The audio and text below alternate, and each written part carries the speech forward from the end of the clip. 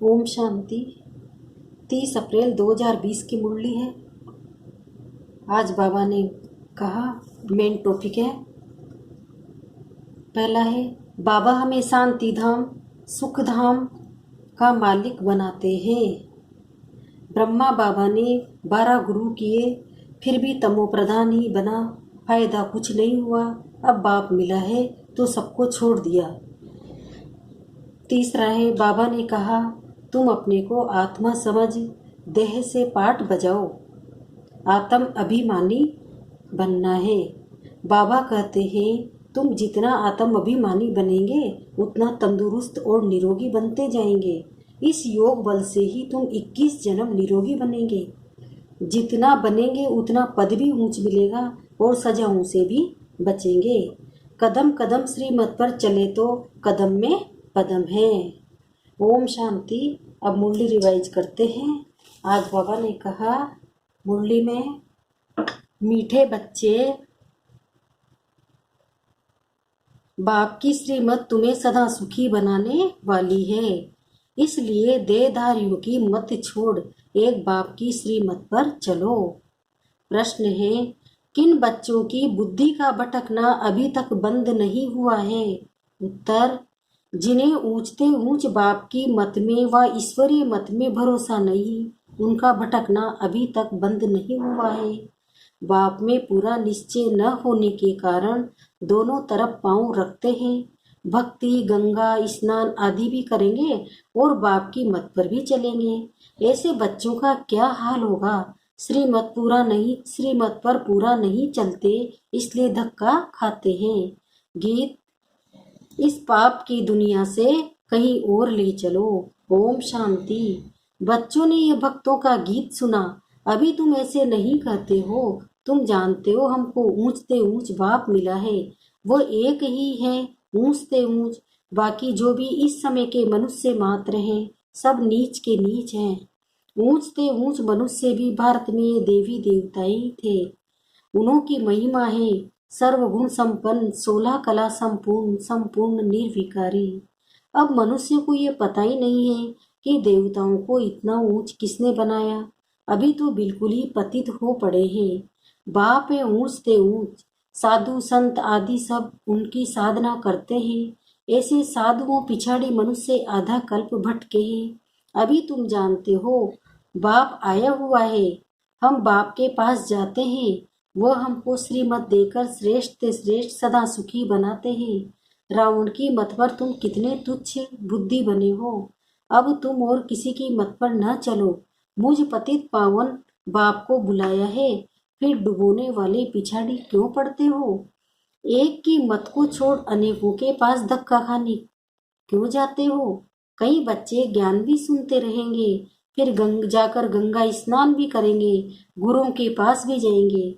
बाप कहते हैं, ये गंगा कोई पतित पावनी तो है नहीं, फिर भी तुम मनुष्य की मत पर जाए स्नान आदि करेंगे तो बाप कहेंगे, मुझ ऊंचते ऊंच बाप की मत में भी भरोसा नहीं है। एक तरफ है ईश्वरीय मत, दूसरी तरफ है आसुरी मत, उनका हाल क्या होगा? दोनों तरफ पांव रखा तो चीर पड़ेंगे। बाप में भी पूरा निश्चय नहीं रखते। कहते भी हैं, बाबा हम आपके हैं, आपकी श्रीमत पर हम श्रेष्ठ बनेंगे। हमको ऊंचते ऊंच बाप की मत पर अपने कदम रखने हैं। शांति धाम सुख धाम का मालिक तो बाप ही बनाएंगे। फिर बाप कहते हैं, जिसके शरीर में मैंने प्रवेश किया उसने तो 12 गुरु किए,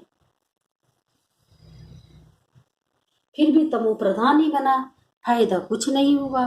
अब बाप मिला है तो सबको छोड़ दिया। ऊंचते ऊंच बाप मिला। बाप ने कहा, hear no evil, see no evil. परंतु मनुष्य ही बिल्कुल पतित तमो प्रधान बुद्धि। यहाँ भी बहुत है। श्रीमत पर चल नहीं सकते, ताकत नहीं।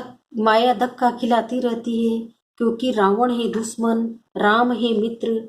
कोई राम कहते, कोई शिव कहते। असूल नाम है शिव बाबा। मैं पुनर्जन्म में नहीं आता हूँ। मेरा ड्रामा में नाम शिव ही रखा हुआ है। एक चीज के नाम रखने से मनुष्य मुझे हुए हैं। जिसको जो आया नाम रख दिया। असूल मेरा नाम शिव है। मैं इस शरीर में प्रवेश करता हूँ। मैं कोई कृष्ण आदि में नहीं आता हूँ। वह समझते हैं विष्णु तो सूक्ष्म वतन में रहने वाला है। वास्तव में वह है युगल रूप, प्रवृत्ति मार्ग का। बाकी चार भुजा कोई होती नहीं है। चार भुजा माना प्रवृत्ति मार्ग, दो भुजा है निवृत्ति मार्ग। बाप ने प्रवृत्ति मार्ग का धर्म स्थापन किया है। सन्यासी निवृत्ति मार्ग के हैं। प्रवृत्ति मार्ग वाले ही फिर पावन से पतित बनते हैं। इसलिए सृष्टि को थमाने के लिए सन्यासियों का पाठ है। पवित्र बनने का ये भी लाखों करोड़ों है। मेला जब लगता है तो बहुत आते हैं। वो खाना पकाते नहीं हैं, गृहस्थियों की पालनाओं पर चलते हैं। कर्म संन्यास किया फिर भोजन कहाँ से खाए, तो गृहस्थियों से खाते हैं। गृहस्थी लोग समझते हैं ये भी हमारा दान हुआ। ये भी पुजारी पतित था, फिर अभी श्रीमत पर चल पावन बन रहे हैं। बाप से वर्षा लेने का पुरुषार्थ कर रहे हैं। तब कहते हैं फालो फादर करो। माया हर बात में पछाड़ती है। दे अभिमान से ही मनुष्य गफलत करते हैं। भल गरीब हो व साहूकार हो, परंतु दे अभिमान जब टूटे ना, दे अभिमान टूटता ही बड़ी मेहनत है। बाप कहते हैं तुम अपने को आत्मा समझ देह से पाठ बजाओ। तुम देह अभिमान में क्यों आते हो? ड्रामा अनुसार देह अभिमान में भी आना ही है। इस समय तो पक्के देह अभिमानी बन पड़े हैं। बाप कहते हैं तुम तो आत्मा हो, आत्मा ही सब कुछ करती है। आत्मा शरीर से अलग हो जाए फिर शरीर को काटो, आवाज कुछ निकलेगा नहीं। आत्मा ही कहती है मेरे शरीर को दुख मत दो। आत्मा अविनाशी है, शरीर विनाशी है। अपने को आत्मा समझ मुझ बाप को याद करो। देह अभिमान छोड़ो। तुम बच्चे जितना देह अभिमानी बनेंगे उतना तंदुरुस्त और निरोगी बनते जाएंगे। इस योग बल से ही तुम 21 जन्म निरोगी बनेंगे। जितना बनेंगे उतना पद भी ऊंच मिलेगा। सजाओं से बचेंगे, नहीं तो सजाएं बहुत खानी पड़ेगी। तो कितना देह अभिमानी बनना है, कईयों की तकदीर में यह ज्ञान है नहीं।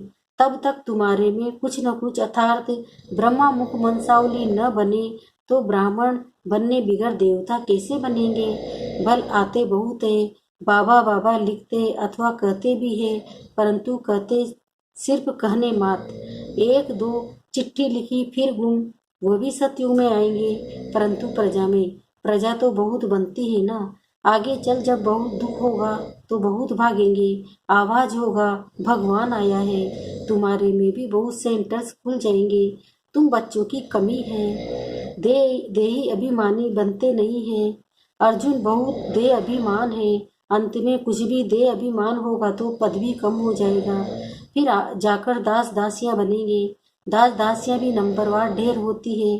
राजाओं की दासियां दहेज में मिलती है, साहूकारों को नहीं मिलती है।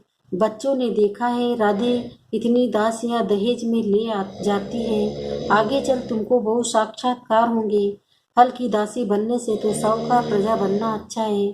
दासी अक्सर खराब है, प्रजा में साहूकार बनना फिर भी अच्छा है। बाप का बनने से माया और ही अच्छी खातिरी करती है। रुस्तम से रुस्तम होकर लड़ती है। देह अभिमान आ जाता है। शिव बाबा से भी मुंह फेर लेते हैं। बाबा को याद करना ही छोड़ देते हैं। अरे खाने की फुर्सत है, और ऐसा बाबा जो विश्व का मालिक बनाते हैं उनको याद करने की फुर्सत नहीं। अच्छे अच्छे बच्चे शिव बाबा को भूल देह अभिमान में आ जाते हैं। नहीं तो ऐसा बाप जो जिए दान देते हैं उनको याद करके पत्र तो लिखे, परंतु यहाँ बात मत पूछो। माया एकदम नाक से उड़ा देती है। कदम कदम श्रीमत पर चले तो कदम में पदम है। तुम अनगिनत धनवान बनते हो, वहाँ गिनती होती नहीं। धन दौलत खेती बाड़ी सब मिलता है, वहाँ तांबा लोहा पीतल आदि होता नहीं। सोने के ही सिक्के होते हैं। मकान ही सोने का बनाते हैं तो क्या नहीं होगा। यहाँ तो है ही भ्रष्टाचारी राज्य तथा राजा रानी तथा प्रजा। सतयुग में यथा राजा रानी तथा प्रजा सब श्रेष्ठाचारी होते हैं, परंतु मनुष्य की बुद्धि में बैठता थोड़े ही है, तमो प्रधान है। बाप समझाते हैं तुम भी ऐसे ही थे, ये भी ऐसा ही था।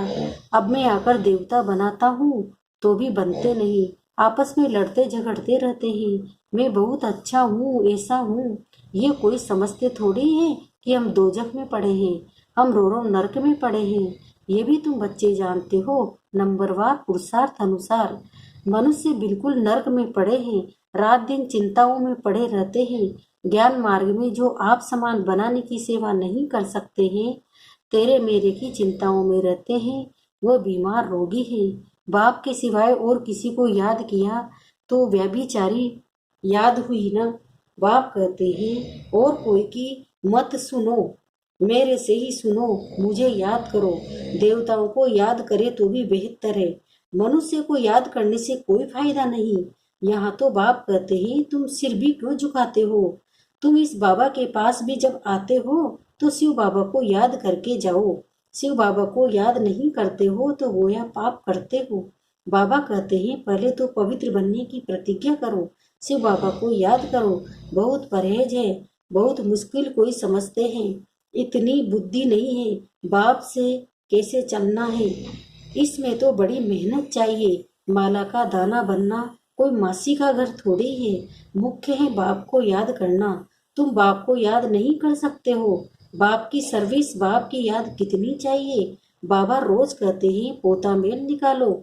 जिन बच्चों को अपना कल्याण करने का ख्याल रहता है वह हर प्रकार से पूरी पूरी परहेज करते रहेंगे। उनका खान पान बड़ा सात्विक होगा। बाबा बच्चों के कल्याण के लिए कितना समझाते हैं। सब प्रकार की परहेज चाहिए, जांच करनी चाहिए। हमारा खान पान ऐसा तो नहीं, लोभी तो नहीं है। जब तक कर्मातीत अवस्था नहीं हुई है तो माया उल्टा सुल्टा काम कराती रहेगी। उसमें टाइम पड़ा है, फिर मालूम पड़ेगा। अब तो विनाश सामने है, आग फैल गई। तुम देखेंगे कैसे बॉम्ब्स गिरते हैं। भारत में तो रक्त की नदियां बनी है। यहाँ बॉम्ब्स से एक दो को खत्म कर देंगे, वहां तो बॉम्ब्स से एक दो को खत्म कर दें, कहाँ विदेशों में तो।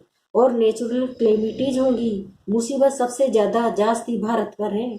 अपने ऊपर बहुत नजर रखनी है। हम क्या सर्विस करते हैं, कितने को आप समान नर से नारायण बनाते हैं। कोई कोई भक्ति में बहुत फंसे हुए हैं तो समझते हैं ये बच्चियां क्या पढ़ाएंगी। समझते नहीं कि इन्हों को पढ़ाने वाला बाप भगवान है। थोड़ा पढ़ा हुआ है वह धन है तो लड़ने लग पड़ते हैं, आबरू ही गवा देते हैं। सतगुरु की निंदा कराने वाला ठोर न पाए, फिर पाई पैसे का पद जाकर पाएंगे। अच्छा, मीठे मीठे सिकिल दे बच्चों प्रति माता पिता बाप दादा का याद प्यार और गुड मॉर्निंग। रूहानी बाप की रूहानी बच्चों को नमस्ते। हम रूहानी बच्चों की भी रूहानी माता पिता बाप दादा को याद प्यार गुड मॉर्निंग, नमस्ते नमस्ते नमस्ते। धारणा के लिए मुख्य सारे पहला है तेरी मेरी की चिंताओं को छोड़ आप समान बनाने की सेवा करनी है। एक बाप से ही सुनना है, बाप को ही याद करना है, अव्यभिचारी नहीं बनना है। दूसरा है अपने कल्याण के लिए खान पान की बहुत परहेज रखनी है। किसी भी बात में लोभ नहीं रखना है। ध्यान रहे बाबा कोई भी उल्टा काम न करा दे। ध्यान रहे माया कोई भी उल्टा काम न करा दे। वरदान है प्रैक्टिकल जीवन द्वारा परमात्म ज्ञान का प्रूफ देने वाले धर्म युद्ध में विजयी भव। अब इसका विस्तार बता रहे बाबा। अभी धर्म युद्ध की स्टेज पर आना है। उस धर्म युद्ध में विजयी बनने का साधन है आपकी प्रैक्टिकल जीवन, क्योंकि परमात्म ज्ञान का प्रूफ ही प्रैक्टिकल जीवन है। ज्ञान का स्वरूप बनना है। आपकी मूर्त से ज्ञान और गुण प्रैक्टिकल में दिखाई दे, क्योंकि आजकल डिस्कस करने से अपनी मूर्त को सिद्ध नहीं कर सकते, लेकिन अपनी प्रैक्टिकल धारणा मूर्त से 1 सेकंड में किसी को भी शांत करा सकते हो।